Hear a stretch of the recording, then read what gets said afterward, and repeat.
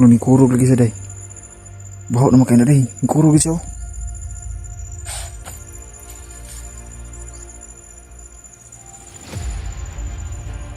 Diba lagom kayo ni siya gahapon? Oh. Hala! Diyos ko. Sulo! Hala, Diyos ko. Nangibaw akong balahibo. Diyos ko.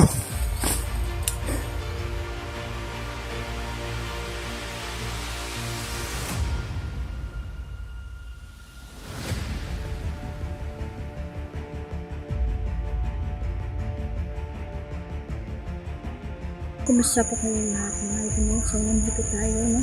Patuloy tayo mga idol sa mission natin, no? Na si Sholo po ay bubuhayin muli, no? Ng ating mga kaibigan, no? Na liwatay pinahintulutan po ito, no? Ng ating mga kaibigan, no? Na tulungan nila si Sholo, mga idol, no? At grabe yung pinagdaanan namin. Yung lugar mga idol, sobrang mapanlindang talaga. No? Ang daming pinadala si General na babaylan. Sinakyan ng dan namin mga idol, no? Yung mga babaylan, nagkukumari sila. Pero alam na po namin, no, na hindi po kami malilinlang nila. Kasi yung mga gabay, malayo pa yung mga itima na babaylan mga idol o mga kalaban. Ay nag-warning na yun ang among mga gabay kung masama ba yan o hindi. Kaya salamat tayo mga idol, no, sa team Diyos Ama na binigyan tayo ng ganitong mga gabay na isa po pala ito na sila po ay number 1 din na makakatulong sa atin, no, sa pagpuksa sa mga taong itiman mga idol. Itong lugar na to, dito po, no, dito po namin banda po iniwan ang katawan ni Sholo mga idol. At nakatagulilong na po ang kanyang katawan, hindi na po yun nakikita ng ating mga kalaban. Pero hindi pa rin kami magkumpiyansa mga idol dahil si General po ay kaya din niya pong magpapalit-palit anyo mga idol dahil po sa binigyan kasi siya mga idol ng kapangyarihan, no? Na pwede siyang magbalat kayo mga idol, pwede siya maging bata, matanda mga idol, no? Dahil si General po talaga ay ebidenta na po niya ang kanyang kaluluwa sa demonyo mga idol. At nabalitaan ko po, no, na itong General ay ang mga nasa ay mga kaliwat mga idol nga na ay yung mga dili mong kaon og tao mga idol. So ang ilahan na yung ginakaon mga idol is napod sila ay pagkakanibal pa. Kasi doon daw nila makukuha sa pagkain ng tao mga idol, nakukuha po nila ang lakas. So yan po, hindi na po yan normal. Yan po ay sugo ng demonyo mga idol. Kaya ito sinusunod pa rin nila mga idol, ang kanilang paniniwala, no, na sa pagkain po ng tao ay doon nila makukuha ang kakaibang lakas. So kailangan natin mga idol, no, na bukasan na kasamaan ni General. Hindi na po ito magtatagal mga idol. Si General po ay wala na po siyang lakas pa sa pagkikipaglaban mga idol, no. Tulad na sinasabi ko sa inyo na yung mga insekto, yung mga kaibigan kong insekto mga idol, nananatili pa po pa rin sa katawan niya at hindi po iyon lalabas hanggat hindi po masisiguro, no, na si General ay buhay pa. So lalabas ang mga insekto sa katawan ni General kapag masisiguro na nila na nitong araw na yan mga idol, no, malalagutan na ng hininga si General. So ayan, ngayon na lang po kaya na lang po si General ay nabubuhay ngayon to dahil na lang po, no, sa mga itimang babaylan po na tumutulong po sa kanya ngayon. At yun ang nagdedepensa. Pero si General, hindi na po siya mabubuhay pa ng matagal. Yan. Ang paningkamutan na ni nga mission mga idol, no, na amo dyan yung matagumpayan na mo idol, no. So ayan. So tuloy po tayo, no. Si General po ay lumabas po siya dito mga idol no, para kumuha po ng mga pagkain namin. Kasi naubusan din po kami.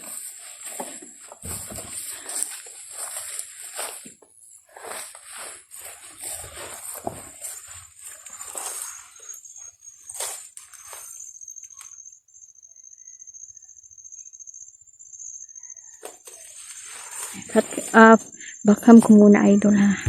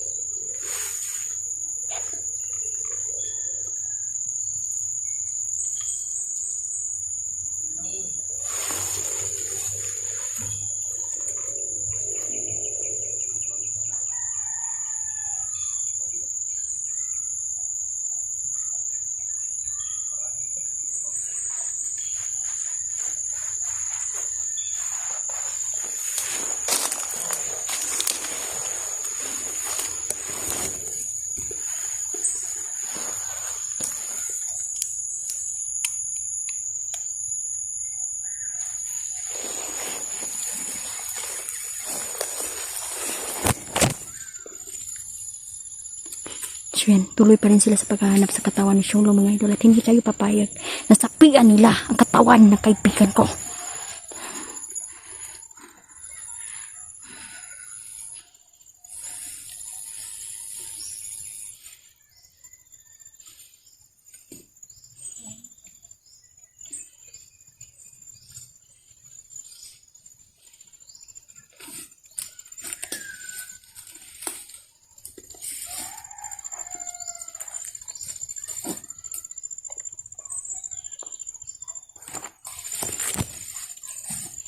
Yung itim na kapa.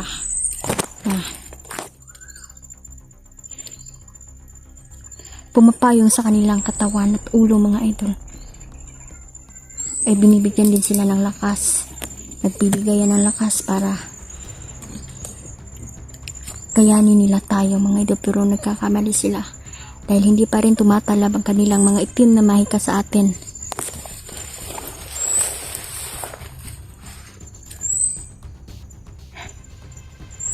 Nahanap po nila yung katawan ng kaibigan natin.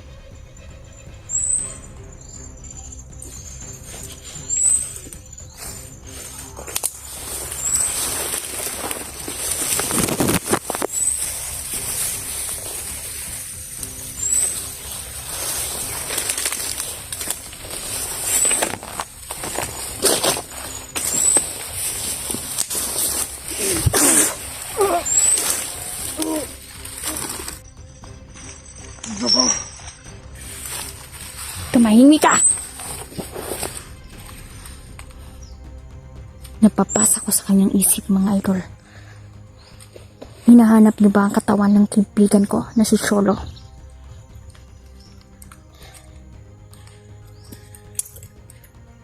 Hindi kayo magtatagumpay sa lahat ng inyong mga pinaplano!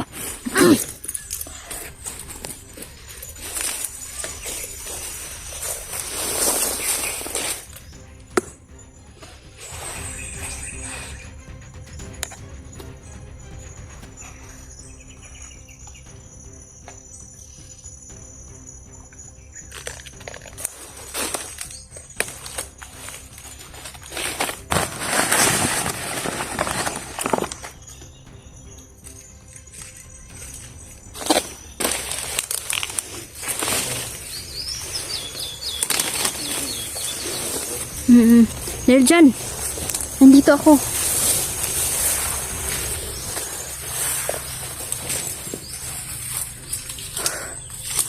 Grabe no. Pinatay mo na rin ba yung isa? Patay tayo doon. Ang isang kalaban. Gamit itong aking kutsilyo. Ako din.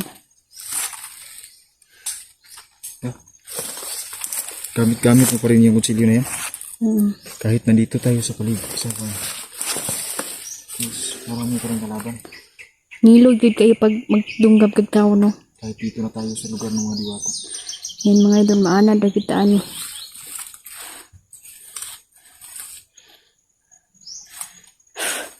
So, ayan, tuloy tayo. Kailangan natin na hindi tayo pwede na mapigilan na ng mga kalaban, no? Gusto ni General na hindi na talaga si Sholo mabubuhay pa.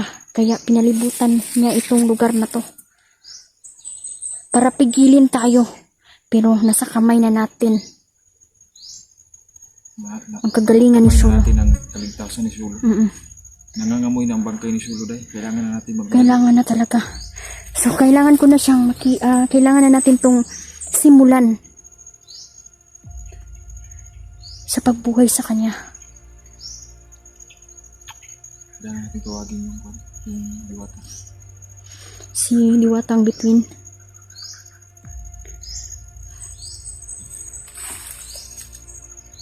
Patuloy mo tayo sa paglalakad. Saan ka siya? Si Sholo. Si Diwata. Ikaw ang mas nakakaalam. Si Diwatang Bituin. Nakasunod lang siya sa atin. Isang tawag ko lang. Tulad niya may motor. Lilitaw na agad si Diwatang Bituin mga idol. Ang kataas-taasang diwata ng kaharian. Hindi mga idol. Nagtataglay siya ng kapangyarihan na magpagaling. Kaya tayo na. Meron pa ba? Ay, naku. Pinipilit talaga ni General na pigilin tayo.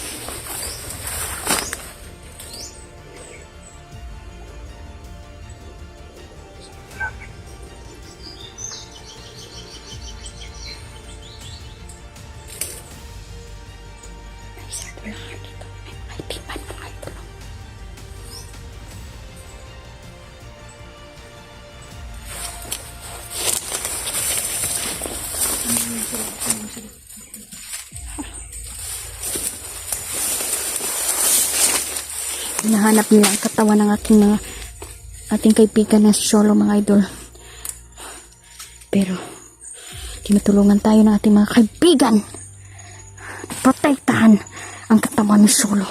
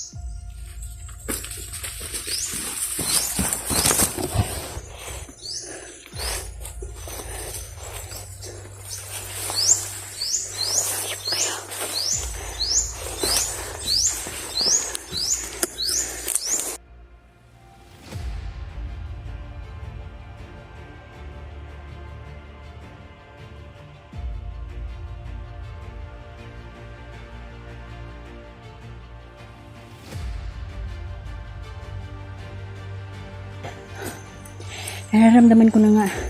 May oras. Malapit na ang oras. Kailangan na nating masimulan. Puntahan na natin ang katawan ni Sholo. Diyos ko. Dali na.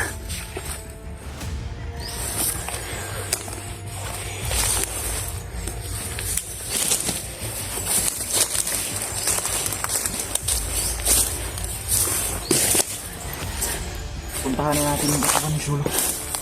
Kailangan natin makita at mabuhay muli si Sholo.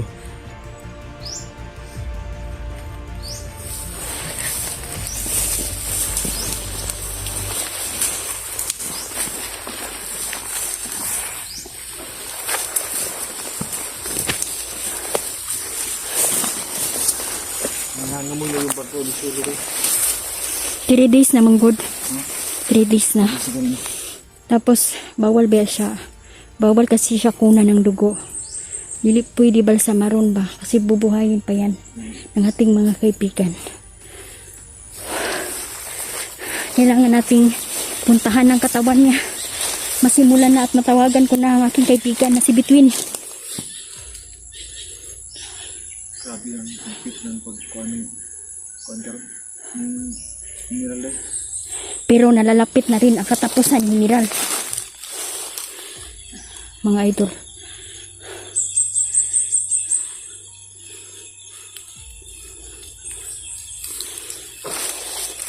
Marami din mapanilang ingat tayo ha. Kasi marami si General na pinapadala. Nalilangin tayo. Pwede maging bata, maging hayop, o maging matanda, maging nanay, kahit ano na lang. Para malindang tayo at maisahan niya tayo. Kaya hindi tayo papayag na maisahan niya tayo dito.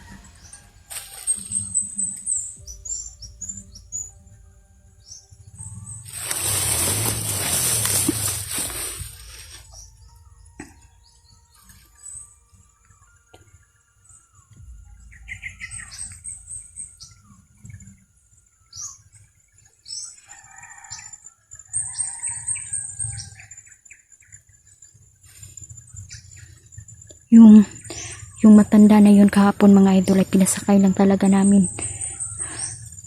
Dahil alam na namin no, na pinipilit niya tayong linlangin. Pero alam na namin ang plano nila. Dahil sa ating mga tulong ng ating mga gabay, minaparimainan nila sa mga plano ni General mga idol.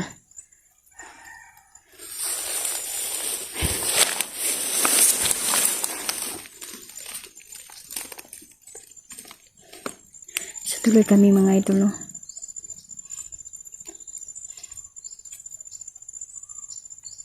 Sa plano natin no, na buhayin muli si Sholo.